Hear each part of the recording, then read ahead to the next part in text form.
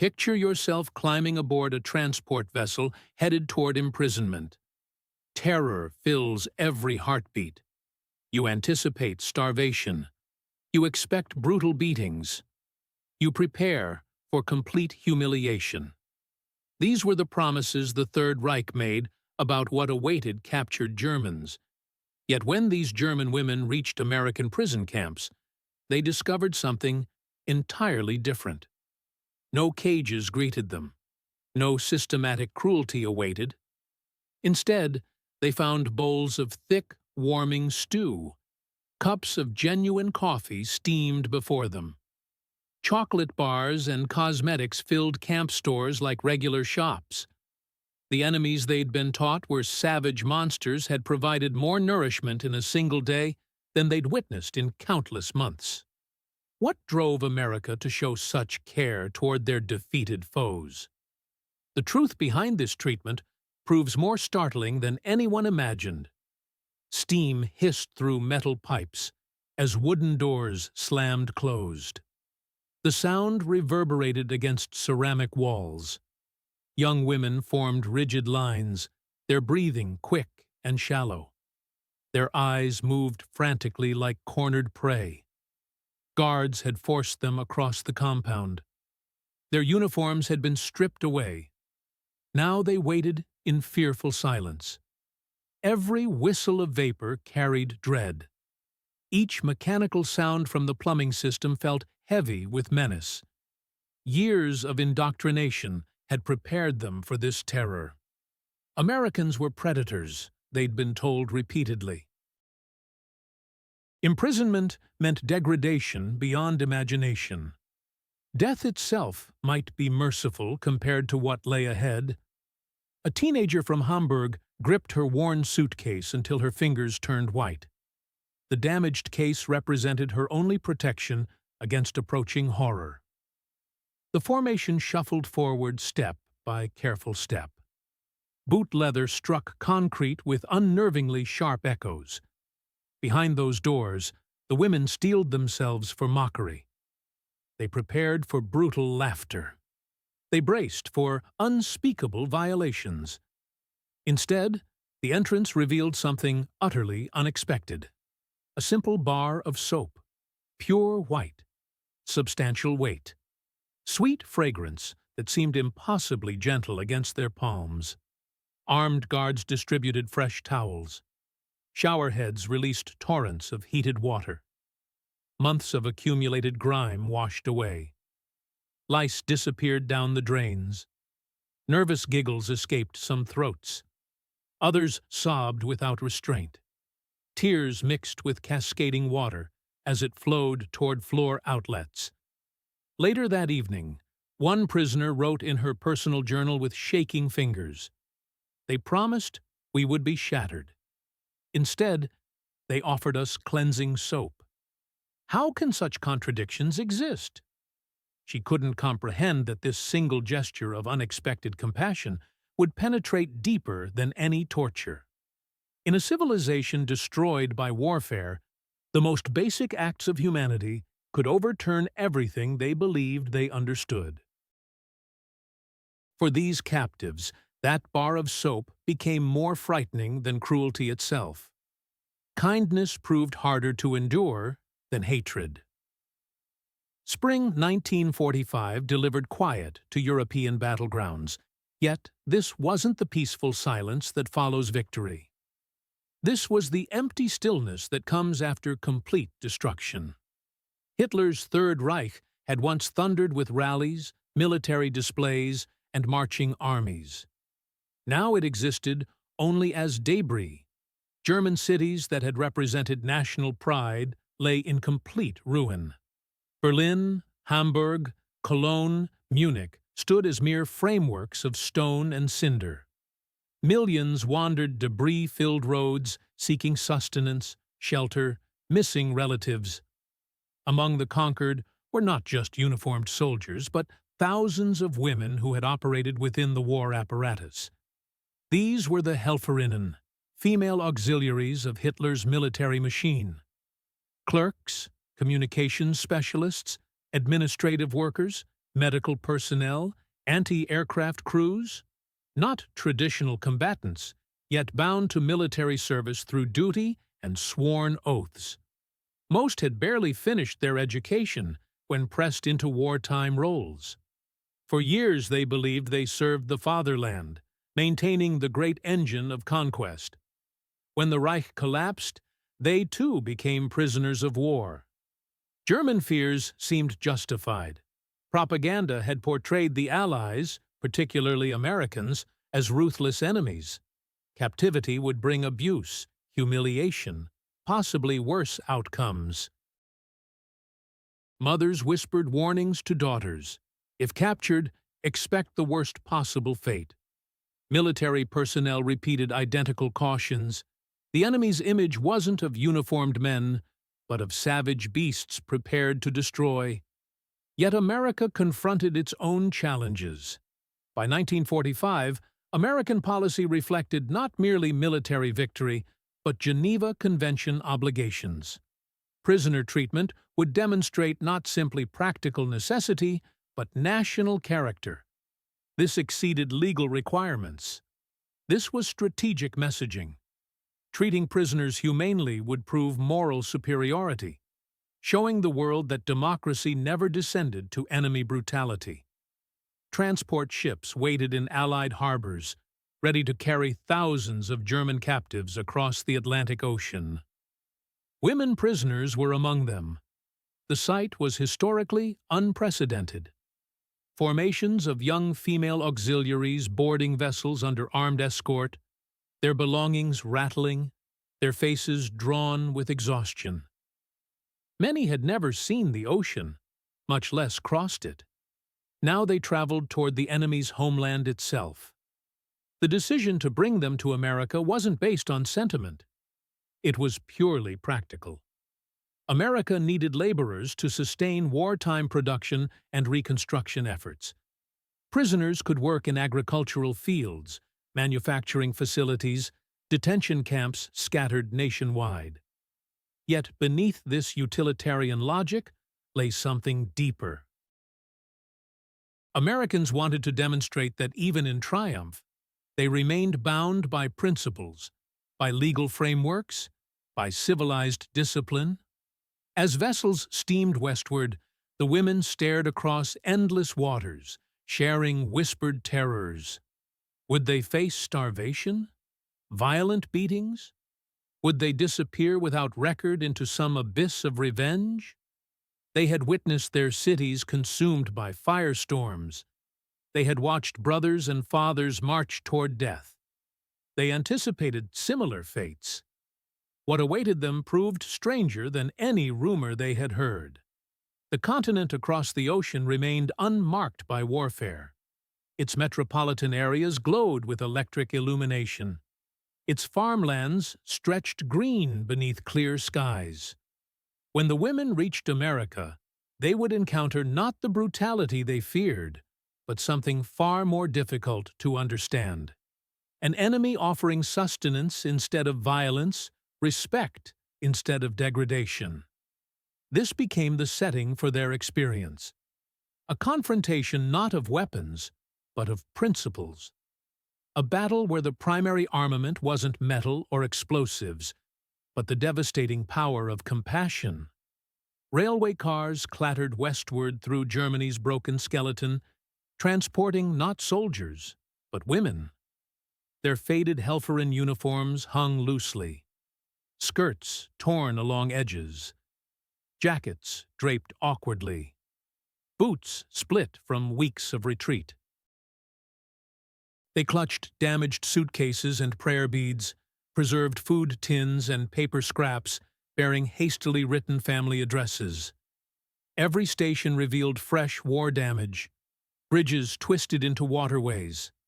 Manufacturing plants stood hollow against gray skies. Children waved from embankments with faces pale as ash.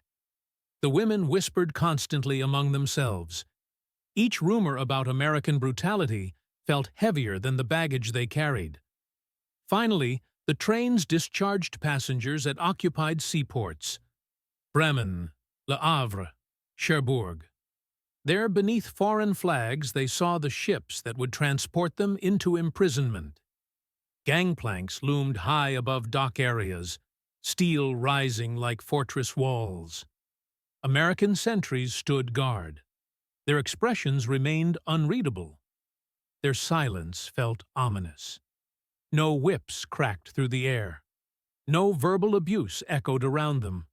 Instead, the women underwent counting, sorting, filing into groups with mechanical precision that felt less like vengeance and more like administrative procedure.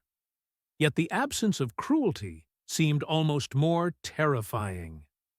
When ship engines roared to life, Europe's coastline disappeared beyond the horizon, leaving only gray exhaust and endless Atlantic waters. The women pressed against deck railings, gazing back at the continent that had crumbled beneath them. For many, this was their final glimpse of their homeland. Ahead lay only uncertainty. The voyage proved long and merciless in its tedium. Below deck, sleeping bunks stacked within steel compartments. Air grew thick with salt spray and diesel fumes. Seasickness swept through the prisoners, leaving them pale and shaking. Yet even in their misery came the first shocking revelation. Meals arrived on serving trays. Bread slices, white and soft, meat portions, steaming hot, coffee mugs, dark and rich. The women froze, hands trembling over food they hadn't seen in years. Some whispered it must be poisoned. Others collapsed emotionally. Tears flowed as they tasted genuine bread for the first time since childhood. The flavor of wheat flour, of normal existence, cut through their disbelief like a sharp blade. Night after night, the vessel rocked them across ocean waves. In quiet moments, the women spoke in hushed conversations, admitting fears about what awaited them in America. They envisioned metal cages, iron chains, jeering mobs. Reich propaganda echoed through every silence. The enemy will humiliate you, strip away your dignity, crush you into powder. Yet each meal, each neutral word from guards, chipped away at that certainty. The contradiction proved too severe to reconcile. At last, the New World's skyline emerged. New York, Boston, New Orleans, cities untouched by bombing raids, their towers rising clean into blue sky. The Statue of Liberty stood against morning sunlight, her torch raised high. For the German women, no irony existed, no humor, only profound shock. To arrive defeated, stripped of power, into a land so complete, so vibrant, was to confront the depth of their nation's devastation. They marched ashore, their footsteps echoing on wooden planks. Crowds gathered at the piers, some jeering, others silent, eyes fixed on the strange procession of women in faded uniforms.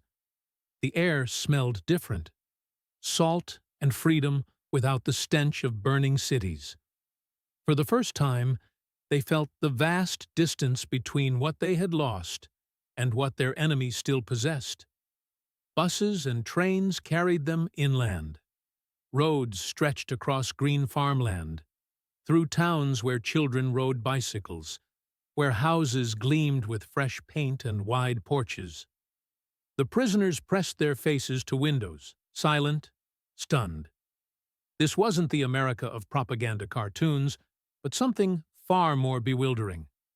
A nation untouched, prosperous, flourishing, even as their own homeland smoldered in ruins.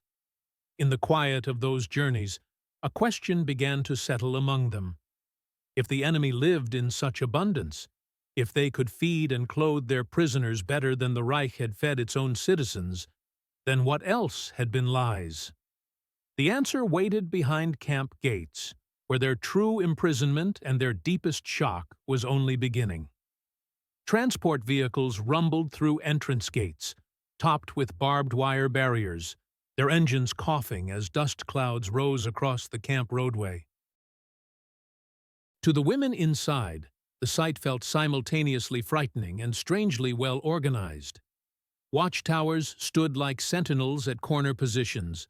Soldiers lounged with rifles hanging casually across their shoulders. Rows of wooden barracks buildings stretched neatly across open ground. This wasn't the gray brutality of concentration camps. This was something bewilderingly different. Paint on structures looked fresh. Walkways were swept clean. Fencing stood firm, but not threatening. The women stepped from buses, gripping their few possessions. Their names were announced, their information scribbled into record books. Numbered identification tags were placed in their hands. They prepared themselves for the cruelty that propaganda had guaranteed. The verbal abuse, the physical blows, the humiliation. Yet what came was routine processing. An officer stamped documents with efficient precision. Guards directed them with calm instructions. Some even spoke with accents, softened by southern drawls or Midwestern flatness. The women stiffened at every word, every movement, waiting for masks to fall away. But nothing happened. Before settling into the barracks, they were ordered into a long building with steam rising from its ventilation systems. The line of women shuffled forward in complete silence, their hearts pounding with terror. This, they whispered, would be the moment of degradation. One girl crossed herself. Another clutched her suitcase like protective armor. Yet, when they entered, they were not met with cruelty, but with the sound of showers and the startling weight of soap pressed into their palms. Genuine soap. White, substantial, fragrant, with a faint floral scent. Towels were distributed. Clean clothing folded neatly. Water poured down in heated streams, washing away months of dirt and lice. Some laughed nervously. Others wept openly. For the first time in years, they felt clean. That night, as they lay in bunks, smelling faintly of starch and cotton, the women whispered to one another in disbelief. One voice murmured, "They gave us soap." Another answered, "Why would they?" In the darkness, the confusion weighed heavier than the barbed wire outside. Days in the compound soon fell into predictable patterns. Each morning a bell sounded. Prisoners lined up for breakfast. Bread rolls still warm from ovens. Mugs of coffee steaming hot. Ladles of oatmeal. The aroma alone disoriented them.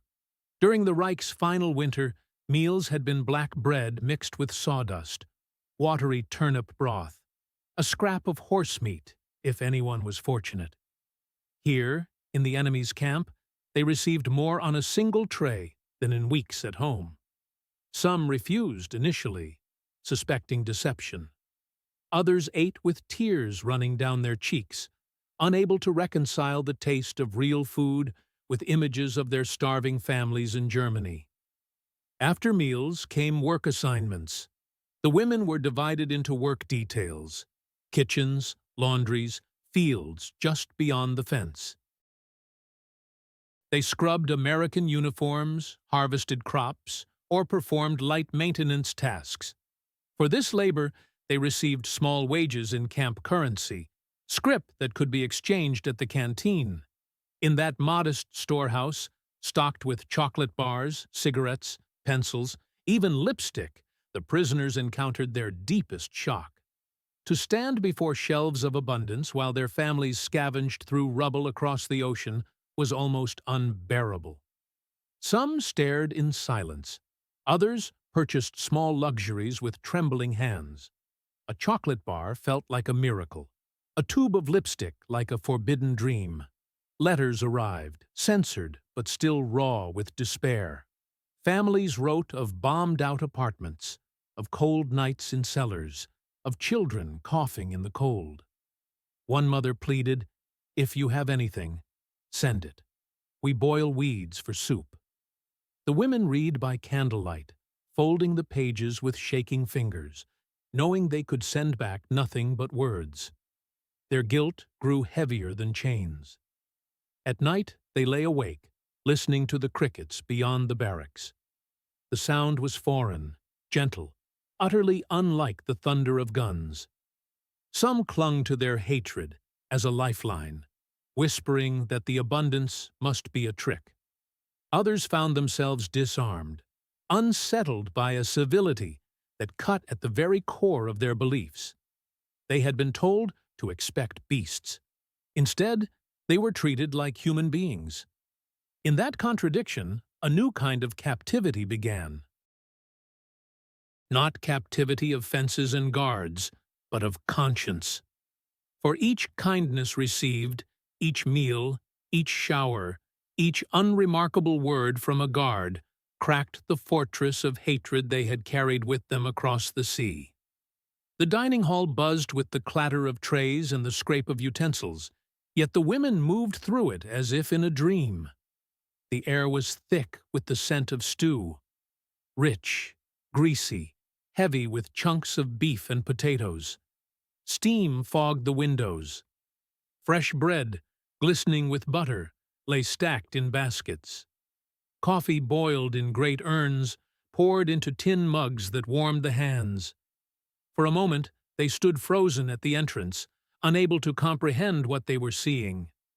One by one, they stepped forward, tin plates extended with trembling reluctance.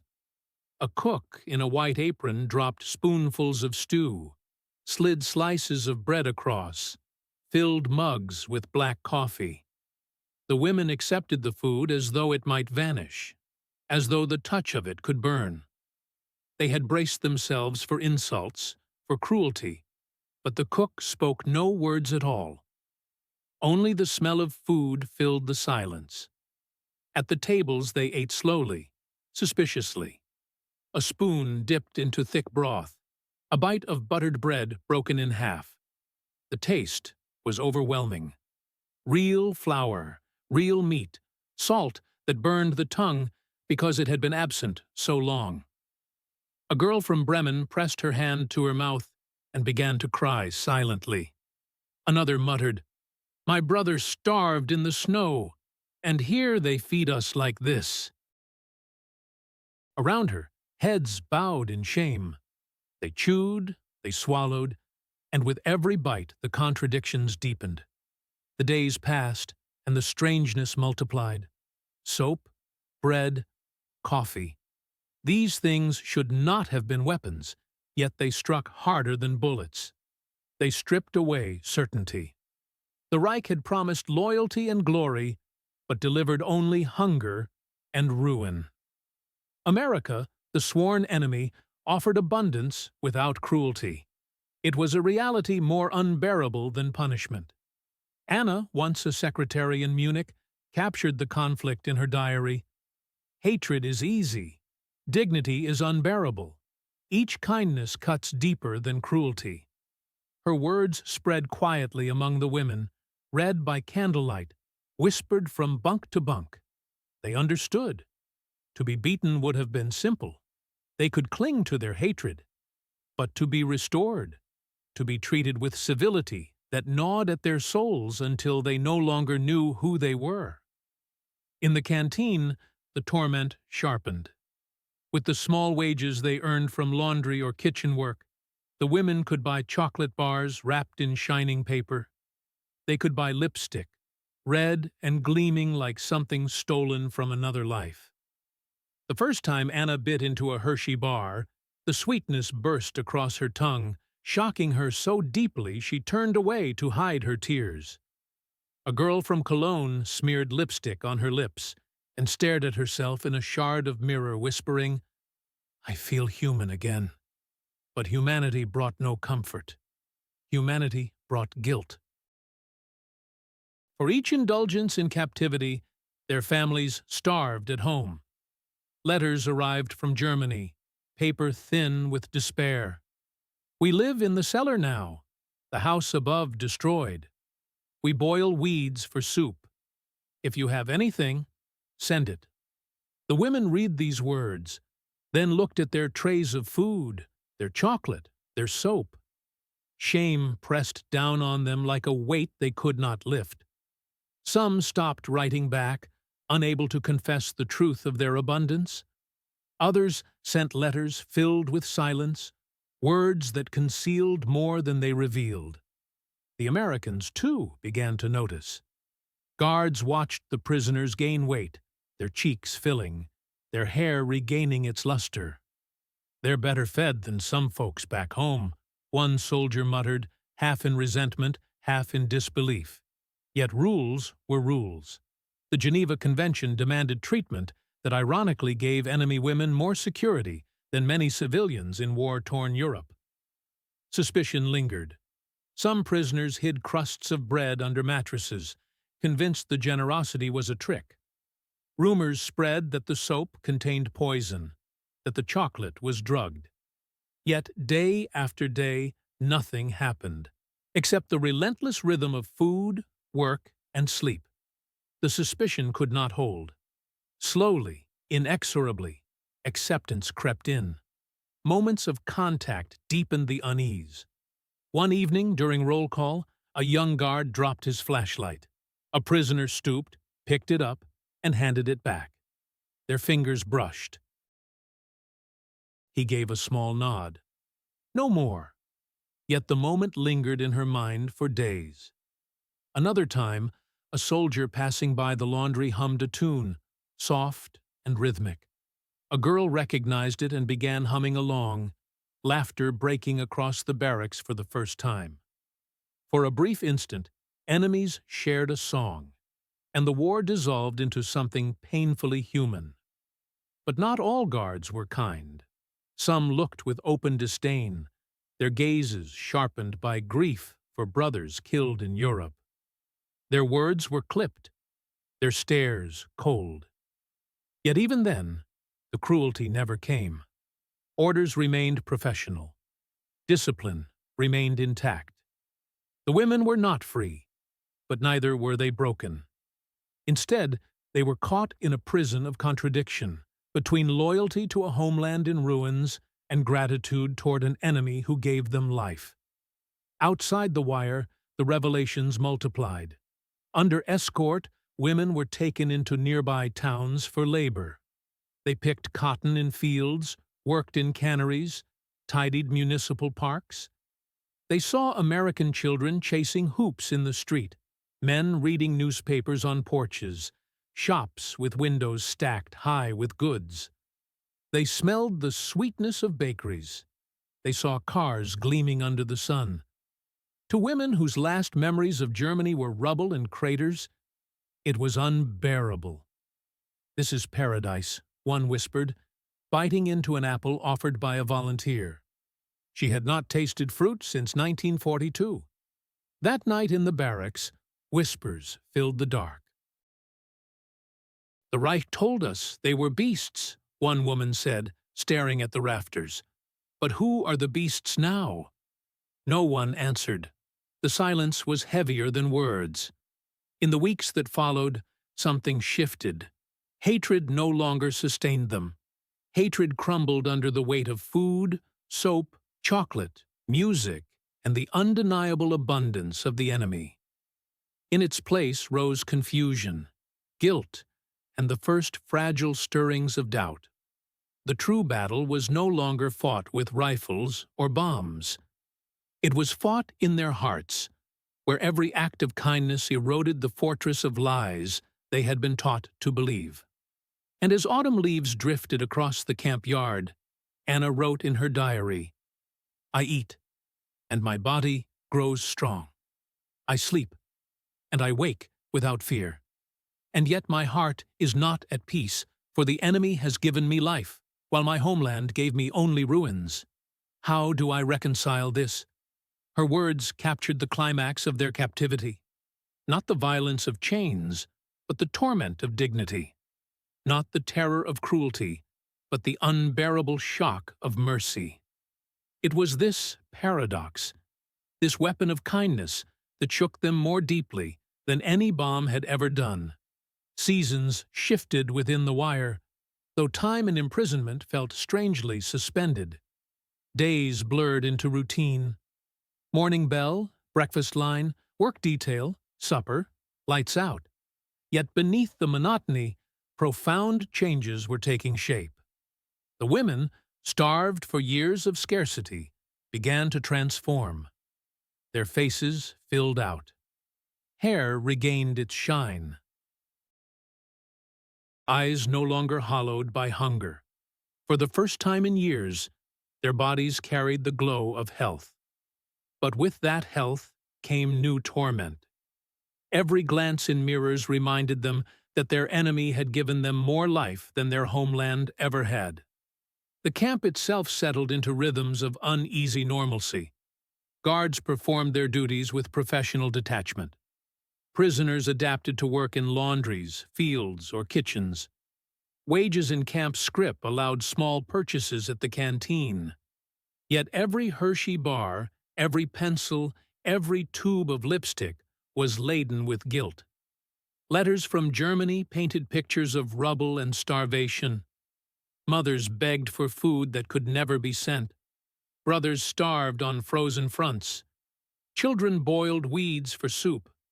The gulf between captivity in America and survival in Germany widened into something unbearable. Some prisoners whispered their shame aloud.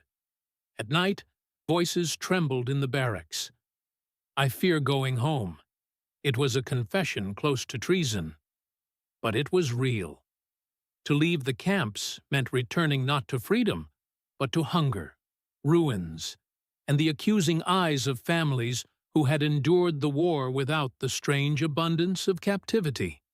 The thought of exchanging bread and soap for soot and scarcity filled many with dread. Rumors of repatriation spread as winter frost crept across the fences. Names were read aloud at roll call, each syllable like a thunderclap. The women crowded together, hearts pounding, knowing that transport eastward meant confronting the devastation they had left behind. Some wept in silence.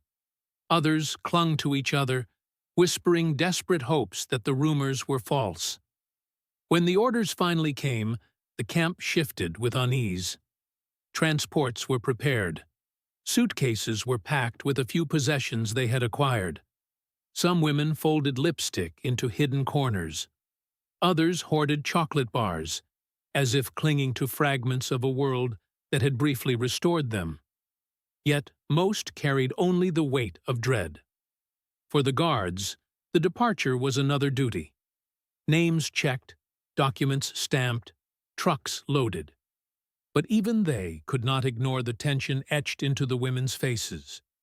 These prisoners, once feared as loyal auxiliaries of the Reich, now looked fragile, conflicted, torn between hatred and gratitude. Some guards gave silent nods as the women boarded, gestures of recognition for bonds unspoken. The women themselves struggled to reconcile the contradictions.